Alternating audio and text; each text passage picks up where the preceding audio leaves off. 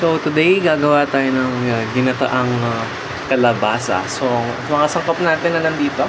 Ito kinalabasa, pinaghihiwa ko na. Manok, pinaghihiwa ko na rin. Bawang, luya at sibuyas. Tapos yung gata natin. So nagpakulo na rin ako ng mantika para ihulog na lang natin yung ating mga sangkap. So ganun ulit. Unahin natin luya, bawang, sibuyas.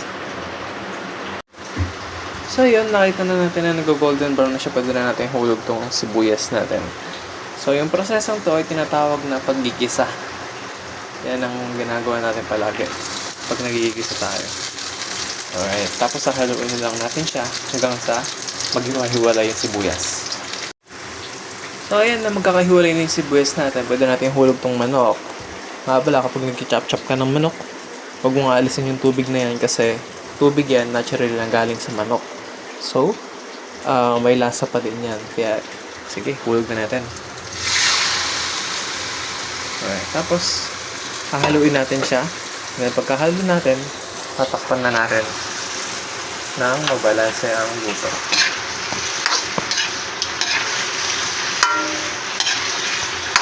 Yan. Ito natin siyang takpan. Saglit lang yan mga nasa 10 minutes lang. After ng 10 minutes, tubigyan natin ng konti kasi huhulog na natin yung kalabasa. So after 5 minutes, eto na siya. So gagawin natin dyan is halo-halo lang natin hanggang sa mabaliktad natin yung manok. Tapos, after na itong 5 minutes na to, lagyan na natin siya ng tubig. Yan. Siguro mga 2 cup kasi malaki itong lagayan ko. 2 cups of water. Then, hayaan natin siya kumulo for 15 minutes. Tsaka natin ilalagay yung kalabasa natin. After 15 minutes of average heat ng ating apoy, pwede na natin ihulog yung ating paminta at asin. So, ayan. Hahalu-haluin lang ulit natin siya hanggang sa mabalanse yung pagkakabagsak natin ng asin. And then, kunin natin itong ating kalabasa. Hulog na natin yan. And then, hayaan natin siyang kumulo hanggang sa lumambot ang ating kalabasa. Pala, sa process na to, pwede na tayo maghulog ng kalahati lang kalahating gata. So, kaya kalahati lang ang gata na hinuhulog natin kasi pine-preserve natin yung consistency niya at the end of the cooking. So, kalahati lang muna para kumapit yung lasa ng ating coconut milk dun sa ating mga ingredients. Then, after that, pagkulo niya, kasi mawawala yung consistency nyo, mag-iwala yung oil and yung milk.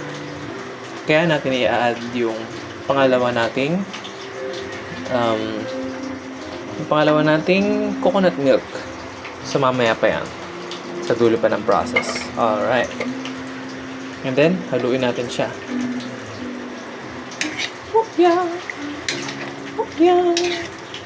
Maganda rin dito guys, nagpapadagdag kayo habang nagluluto. Para lasap na lasap ang sarap. Okay. Pakukuluan natin siya guys. Hanggang sa lumambot ang ating kalabasa. Malinamnam siya kapag ating kakagatin. Okay. After 10 minutes, ganyan yung magiging itsura niya. So, medyo malambot na rin yan. Pero hindi pa yan totally malambot. Kasi kapag tinusok mo hanggang kalagitnaan yan, ay matigas pa rin. So, kailangan natin siyang paabutin ng 15 to 20 minutes. Alright. So, ayun, after 20 minutes, ayan. Isang maganda pala tandaan para makita kung luto na ba o malambot na ba ang ating kalabasa. Ay yung color texture, color na ito mismo. Kung kanina papansin natin medyo may yellow siya. Ngayon ay orange na siya. More on orange na siya.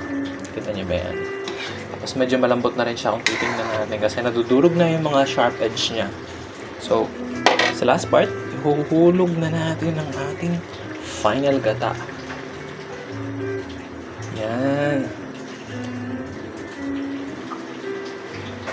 So, para masulit natin, kuha tayo na sabaw. Lagyan natin dito. Tapos, tsaka natin ibalik. Alright. Yan, simot talaga ang ating gata. Yan. After ng 5 minutes, ready to harvest na yan. Pwede na natin siyang tikman mamaya. Alright. So, after 5 minutes, eto na siya. Okay na ang ating ginataang kalabasa at manok. Alright.